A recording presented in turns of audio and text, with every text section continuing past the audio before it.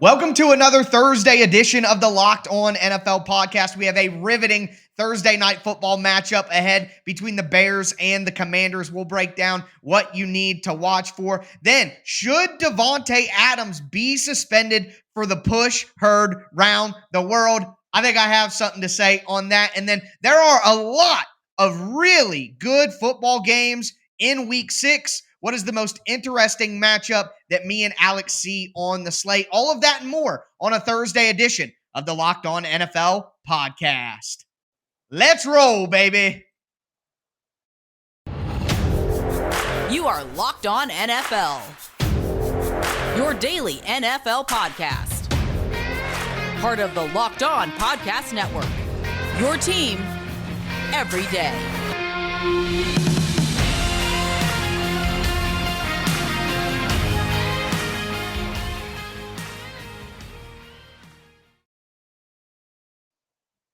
Football fans, it is Thursday, and that means it is time to kick off the football weekend. I am one of your hosts, Tyler Rowland from the Locked On Titans podcast, here with my co-host, Alex Clancy from the Locked On Cardinals podcast. Again, the Thursday night football game tonight is an absolute star-filled prime time. Okay, fine. Cut the jokes. It's the Bears and the Commanders. The Bears sit at 2-3. The Commanders sit at 1-4, but it's football nonetheless. Before we get into it, do want to thank you guys for making the Locked On NFL podcast your first listen every day. Make sure you subscribe on whatever platform you do stream. It's Monday through Friday, free national NFL talk on all platforms, including the Locked On NFL YouTube channel. Subscribe there and smash that like button if you're watching on YouTube right now. But Alex, the Bears are 2-3. The Commanders are 1-4.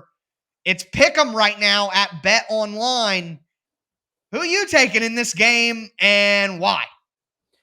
So, you know that I've said over this, the course of this season so far that the NFC is a yuck box. I think that's my that's my terminology. That's what I've coined. That's the phrase that I've coined.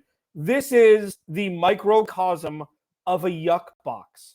And so the fun storylines. Brian Robinson will play after getting shot a couple times, not to make it light of it, several weeks back. Crazy. He's going to play. He's going to see a little bit more elevated role. Carson Wentz has some bonkers numbers. I saw it on Twitter. Like, he has more touchdown passes than a lot of quarterbacks. He has more yards throwing than a lot of quarterbacks. And they're just not a very good football team. The defense was supposed to be the anchor of the Washington Commanders, and it just isn't. It just isn't. And on the other side, like, America's favorite son, Justin Fields, like, in the worst possible situation for a quarterback in the NFL. Like, I give the Cardinals a lot of crap for what they've done this offseason because they didn't build that full roster. Did the Bears know that you could sign other players? Like, did the Bears know that? David Montgomery's hobbled even though he scored a touchdown last week. So, I don't know. Like, I feel like Justin Fields is just outside the gate of must-watch TV. Like, we've seen some oh my God moments, as I call them, from him. There was a long scramble. I think it was against Green Bay. I can't remember. For a touchdown last year. Like, the dude's got it in him. He just doesn't have a whole lot of help. So whoever loses this game is probably going to be looked at as the worst team in the NFC. Records notwithstanding. I don't know. Yeah. I just feel bad for both fan bases. Yeah, at the end of the day, you do. I mean, but a winner, I'm picking NFC. Washington. I'm picking Washington to win. Oh, okay. I don't think Chicago can beat anybody. I'm picking Washington. Yeah. You know what? I kind of go back and forth because I do think that right now Carson, in their circumstances, Carson Wentz is a better quarterback. Like, I feel like he could throw the ball down the field more consistently and actually just make regular quarterback plays. Not because Justin Fields is incapable, but I feel like he's in a tough situation. The reality is, I think that the Bears will be able to run the ball even if Fields doesn't help them. I still think the Bears have a very good defense led by Matt Eberflus, who's a defensive coach, as their head coach. And I think they're going to find a way to force turnovers on Carson Wentz and help Justin Fields out. I think the Commanders probably have a little bit more on offense, but I think the Bears have more on defense. I like the defensive line of the Commanders, but the reality is the Bears have a much better defense schematically, and they have a much better overall defense. And Carson Wentz, like you said, a lot of touchdown passes. He's got a lot of yards as well. He just went for around 350 against the Titans. But it's just classic Carson Wentz. He puts up some numbers where you're like, oh, he might have it. But if you actually like watch snap to snap, which I just had to do because the Titans played the Commanders, he misses throws. He makes weird decisions. He doesn't throw the ball away when he's just literally about to run out of bounds and just loses yards and takes a sack for no reason. He just does weird stuff. So even if the numbers look good, he's still going to Carson Wentz his way to some weird plays. And I just think the Bears are a more grown-up football team. Is what I think at the end of the day. They're just more of a serious team than what the Commanders are right now. So I'm gonna go with the Bears. But like I said earlier, it's pick'em in Vegas right now. So it's not like these teams are separated by a whole ton at the end of the day. Yeah, like there can still any football game can be fun to watch. Yeah. I think this one will be, but for the other reason than normal. You know what I mean? It'll be ugly football, a lot of turnovers, a lot of mistakes, and I think that'll make it an interesting watch. Yeah, and it's I don't know why the NFL put good games on Thursday night. I know that they need to appease their TV partners, the media partners, but you could legitimately put Tennessee and Jacksonville on every Thursday night and millions of people would watch for so many different reasons. Like I don't understand. Like I get, again, for the media partners, but I just don't understand why you'd put good games on Thursday night, because I'd watch them. This is one everybody's going to watch this game. Like, it doesn't matter. It's a football game and it's in the middle of the week. It's not Sunday yet. Yeah. Well, you're right. And that is, NFL is king. People are going to tune in no matter what. But I think you knocked on it right at the beginning. I think at least on paper, these, marketing partners and the broadcast partners for the NFL, they want to at least on paper have a schedule of some good games. But and at the end of the day, Washington Bears wasn't one that checked that box anyway. So we'll put that theory to the test and see how this one does. But I got a feeling that you're right. And still millions and millions of people are going to tune in to this game. And hopefully we get a surprise. And it is a much more entertaining game than maybe people suspected when people first started complaining about it last Thursday. And I know that, like I said, the NFL doesn't want their broadcast partners to feel like the NFL is stealing money from them by giving them bad games. And if you don't want your money to get stolen, nice transition, you gotta check out SimpliSafe Security. So here's a sports analogy for you. When it comes to burglars, your home is like the end zone, and you need the absolute strongest defense you can muster. This is why I use and trust SimpliSafe Home Security. I just moved into a new house, as most of the listeners to the Locked On Titans podcast know, and I wanted to make sure that everything is safe and I feel secure. And at SimpliSafe, your safety is the only thing that matters. It's cutting-edge technology powered by 24/7 professional monitoring agents. They always have your back and are always playing defense for you. With 24/7 professional monitoring, SimpliSafe's agents will call you the moment a threat is detected and dispatch police or first responders in an emergency, even if you're not home or can't be reached. So customize your perfect system for your home in just a few minutes at simplisafe.com/LockedOnNFL. Save 20% on your SimpliSafe security system when you sign up for an interactive monitoring plan and get your first month free. Visit simplisafe.com/LockedOnNFL to learn more. And remember, there is no safe like SimpliSafe.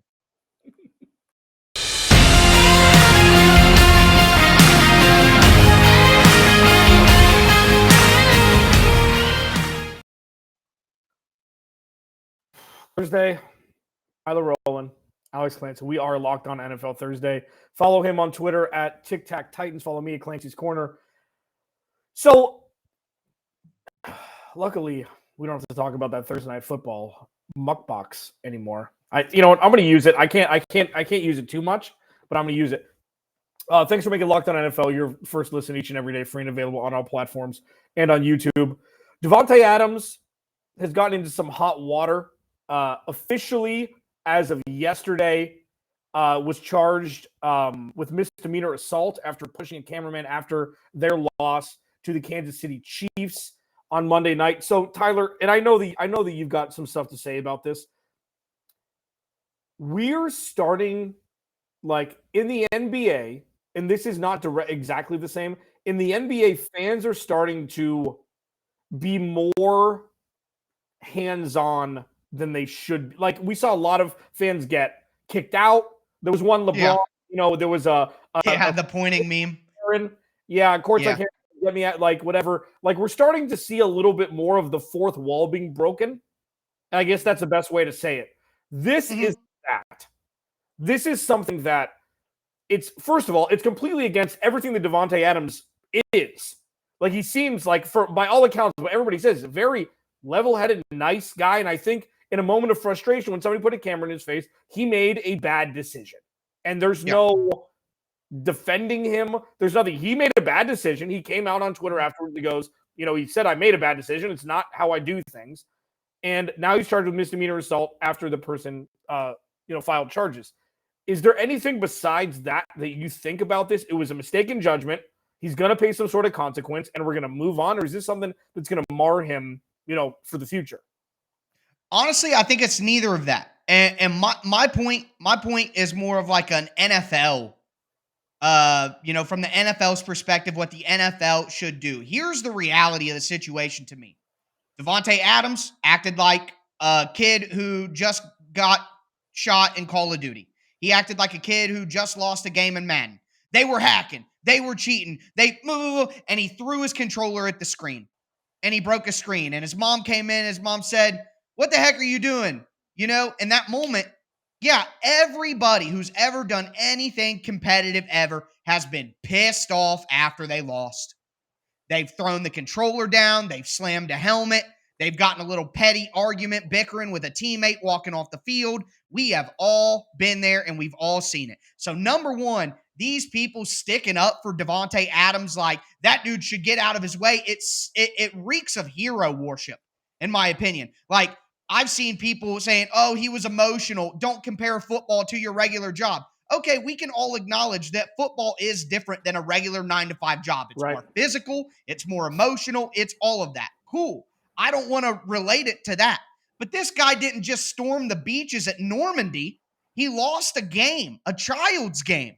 So, we're mad, but I'm not going to act like he was more emotionally taxed than a 12-year-old who just lost a game of Madden or Call of Duty. Or you're a Cardinals guy, Kyler Murray, for example.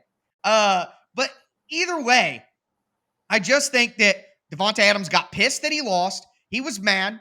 The dude rushed across. And let me just say this. That interaction right there between those two people happens every single day, millions of times. You're in a crowded bar or restaurant. You're getting ready to go into an elevator. You're on a busy street. You're on a college campus trying to get out of the classroom. People bump into each other when one person maybe isn't watching where they're going. Another person's trying to move too quickly and get across and crosses someone's path. The answer to that isn't a shove to the ground. That's not what happens in those situations. There's at best excuse me, my bad, sorry, didn't see you, blah, blah, blah. At worst, it's, hey, watch where you're going, buddy. You know what I mean? Like a physical shove to the ground is not what should happen in that scenario. And using emotion of losing a football game to explain that behavior away, and he shouldn't be walking there. He sees Davante Adams coming through, clear as. What are we supposed to throw rose petals down because the guy's a professional athlete and let him walk? That other guy, the camera guy, has a job to do as well. He is a part of the ecosystem. So I just think everyone is freaking out about this, and I don't think you should freak out either way. Davante Adams isn't some bad guy now. He's not some dude who should have to go to jail or blah, blah, blah, blah, blah. He's going to have to pay that dude some money, I bet, at the end of this because he shoved him down. It did originally get reported as a misdemeanor assault charge, but they've since then announced that it's a city ordinance violation now with like a $1,000 fine and 180 days in jail is the max thing. He's not going to jail. He shouldn't go to jail. He should pay that dude a little bit of money because that's the way that it works when you're a rich person and you physically push someone down. I think my ultimate point here is the NFL should suspend him for a game. One game. I'm not asking for a long-term suspension. It wasn't that bad. It happens on the playground every day. Kids get pushed down. People get pushed down. But what the NFL can't have, they've already had enough PR issues. They can't have it seem like their players are allowed to physically rough up staff members who are working games, whether it be cameramen or journalists or reporters or broadcast, or workers at the stadium. They just can't do that. So Davante Adams isn't a bad guy. He's not a bad person. He shouldn't go to jail. All this nonsense that some people are saying. But at the same time, let's quit making excuses because of motion or he's your hero or your favorite player or whatever. It was a scummy move. Pay that dude some money. Suspended one game to send the message you can't do it. And we move on. Sorry to ramble on, but that's just been sticking in my craw all day. And I'm not throwing rose petals at his feet because he's an athlete. And I'm also not sending him to jail because he shoved a dude down. Suspend him one game, send the message you're not allowed to do that. The dude will get his money in civil court to make himself feel happy. And we all move on. That's what it should be, in my opinion. Yeah. Thank you for that. I mean, I think the Iliad, the Odyssey, and then that. The longest things that have ever happened in existence. No, but you're right. And I wasn't gonna interrupt you because sometimes you just gotta let it out. Yep. I feel sometimes better you just gotta now. let Thank it you. out. Yeah, that's good. The one thing that I thought of right when it happened, I'm like, he was picturing Aaron Rodgers. It's like this, all of this stuff could have been it has to add to it, right? It's not just losing the game. It's frustration. It's the whole thing. It's frustration. Yeah. And I'm not making light of anything that happened. We are now removing ourselves from that because you're right. This is the biggest non-issue that is an issue if it gets handled correctly. And the NFL, I think you're right. If they're going to suspend him a game, that's fine. I agree with that. If they don't, I understand it also. It was a mistake. He's going to pay him in civil court. There's no real massive injuries. Maybe they'll have a conversation on the side, but hopefully this will just work out. It'll get worked out. Everything will be fine. But at the bigger picture, I know that you've got a list of games that we're going to talk about, excuse me, this weekend. But it was one of the most interesting storylines this offseason was Davante Adams getting traded. This isn't Tyreek Hill to Miami because there was no bad blood. It wasn't Patrick Mahomes saying, you know what, I want all the money. And I know there's conflicting reports that Aaron Rodgers knew that Davante Adams was getting traded before he took the money. I find it hard to believe. I feel like there was this pie. Aaron Rodgers is like, I want 80% of it. They're like, well, if you want Davante to say you can get 65% of it, he's like, I'll take 80% of it. And then they traded Davante Adams. So, if that's the case, Davante Adams, not only, they're 1-4, right? Not only starting 1-4, but also Aaron Rodgers, his right-hand man who said great things about him since, because Aaron Rodgers is Aaron Rodgers, that he's like, this didn't have to be this way. It didn't have to be this way. And I'm not saying that if he wasn't frustrated, he would have pushed him, or if he was frustrated, he wouldn't have. But it's just, that's the more interesting storyline now that we know everything's going to be fine on that side. Alex Clancy, Tyler Rowland, Locked On NFL Thursday. He, Monday through Friday, all your Titans news. Me, Monday through Friday, all your Arizona Cardinals news. Coming up next, Tyler's got a list.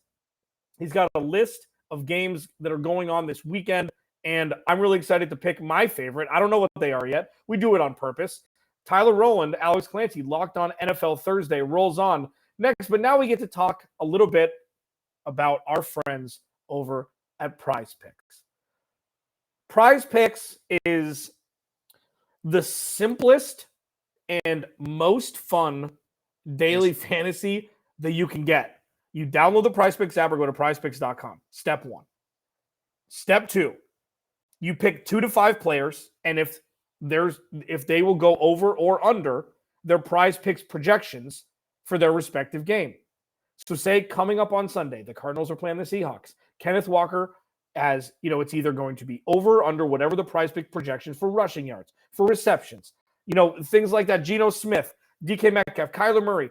You can pick 2 to 5 players and on one bet, and you can win up to 10 times your money. There's no competing against other players. It's just you versus the projections available. PrizePicks isn't just for football, though. NBA, Major League Baseball, NHL, which started last night, blows my mind. PGA, college football, men's college basketball, women's college basketball, whatever. PrizePicks.com and the PrizePicks app has you covered. Entries can be made in 60 seconds or less. Literally, it's more or less, more or less, more or less. Bet, win, safe and fast withdrawals. Also currently operational in 30 states and Canada. So we're getting there. 60% of the U.S. Download the PrizePicks app or go to PrizePicks.com to sign up and play daily fantasy sports. First-time users can receive a 100% instant deposit match up to $100 with promo code Locked On. If you deposit $100, PrizePicks gives you 100. You deposit 50, PrizePicks gives you 50. Don't forget to enter promo code Locked On at sign up for an instant deposit match up to $100.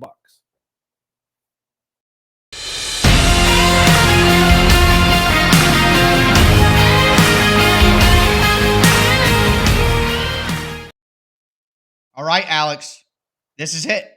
The end of today's edition of the Locked On NFL podcast. So we talked Thursday night football.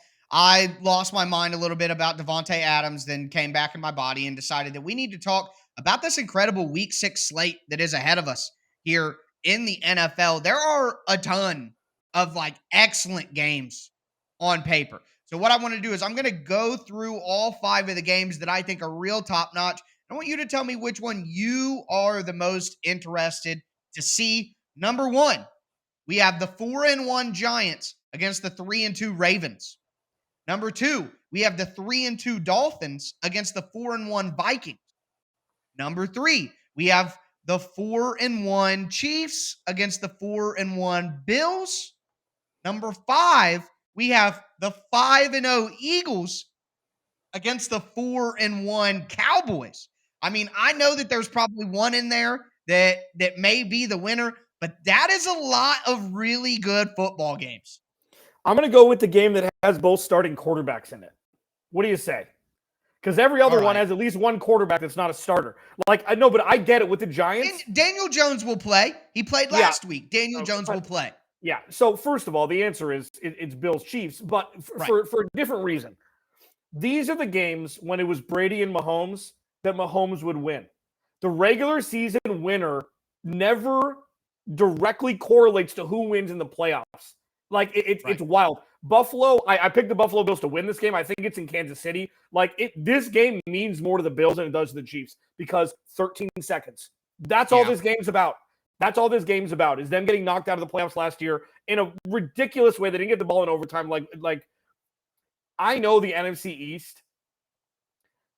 If we're talking pretenders and what's the other one? Contenders. Yeah, I know it rhymed. Yep. I mean, that's all it is in the NFC East. It's okay, Cooper Rush, I hope they win. I hope the Cowboys win because that means that there's no way in hell they're going to start Dak in week 7. They can't. He's won 5 in a row, even though Cooper Rush hasn't been very good. I'm excited about all of them. Rush hour. I told you about Daniel Jones.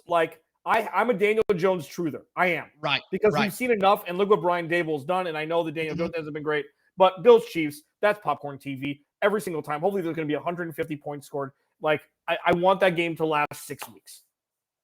Yeah, I hear you. And I figured that's what you would go with. I would say my number 2 in there, though, is Eagles Cowboys. Yeah. Because I want to see, if Cooper Rush can do it. And I mean, at some point, how many games in a row do the Cowboys got to win before it becomes a real question?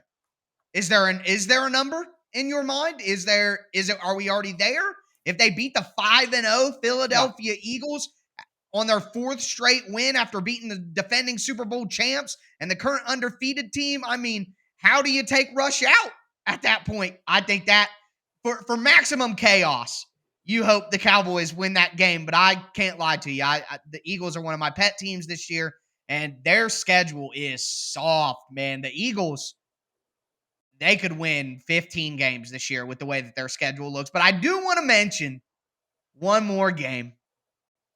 And, of course, it's from my neck of the woods, the AFC South. But the Indianapolis Colts play the Jacksonville Jaguars. And I think that's a fork in the road game for those teams. Yeah. The Colts got drubbed 20-0 by Jacksonville earlier this year. They have lost to Jacksonville a million times in a row, it feels. If the Colts win that game, they're 3-2-1. It's been ugly, but they're 3-2-1. The Titans aren't playing this week, so the Titans are 3-2, leading the division. You're 3-2-1. You're right there. And you got a game with the Titans in a week that if you beat them, you're in control of the division. So everybody's freaking out in Indy, but they're one win away from being right there. Right. And let me really quick. No, and I want to, because this is your division that you cover with the Titans. the key to all of this, and the key to all of it, what it was in the beginning, was the Colts defense. If the Colts defense steps up like they're supposed to, like if Shaq Leonard is healthy and they're supposed, like this was supposed to be the anchor. They were supposed to be a top 3 defense in the NFL when the season started.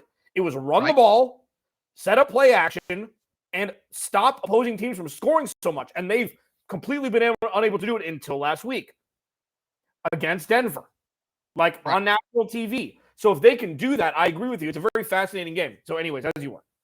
Well, you're spot on, because Indy, while it's looked ugly, if they can just shore up the offensive line, I mean, they only lost to the Titans by 7. Yeah. The Titans are banged up in a pretender as well. And this doesn't mean that if the Colts win, they can turn their season around and be something. But heck, with the way that it seemed in Indy and the vibes with Indy, for them to come out after 6 weeks leading the division, I mean, if you just took the pulse of the fans, you would never believe that. Now, that's a symptom of the AFC South being just milquetoast in general. But still, I'm just saying, Indy is 1 win away from feeling like they're in a totally different place than it's felt so far. And same thing with Jacksonville.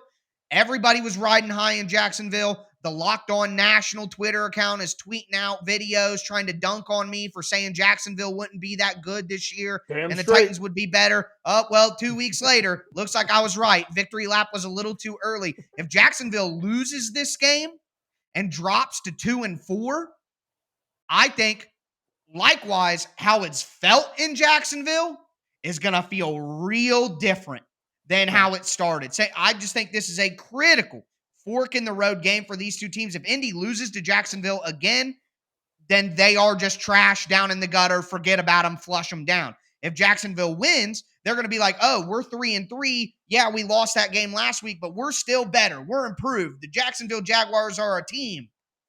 If it goes the other way, though, the Colts are feeling good and right back in it, getting healthy. And the Jaguars are like, oh, crap. We may not be that much improved, and everybody knows what Doug Peterson is doing now. I just think, although it's not on paper as good of a game as the games we discussed, it's a fascinating game to watch the outcome of.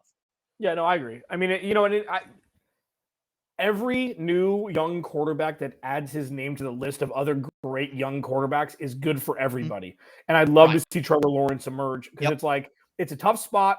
Doug Peterson, there's an adult in the room. So pretty much this is Trevor Lawrence's rookie year. Like, let's think of it that way. Because last year was a total, it was just, disaster. It was a slop fest. It was a disaster. And now he's got some pieces. Travis Etienne is emerging as that RB1. Like, the defense is improving. I wonder if Jacksonville is going to be a buyer at the trade deadline, though. Like, I wonder, because this is these games. Like, if they win this game, I think they will. Because they'll be like, oh, we're good. You know, we need to push all in. You know, because it looks like 8 wins could get you in. Like, so many teams are going to beat so many teams. Like, there's no surefire.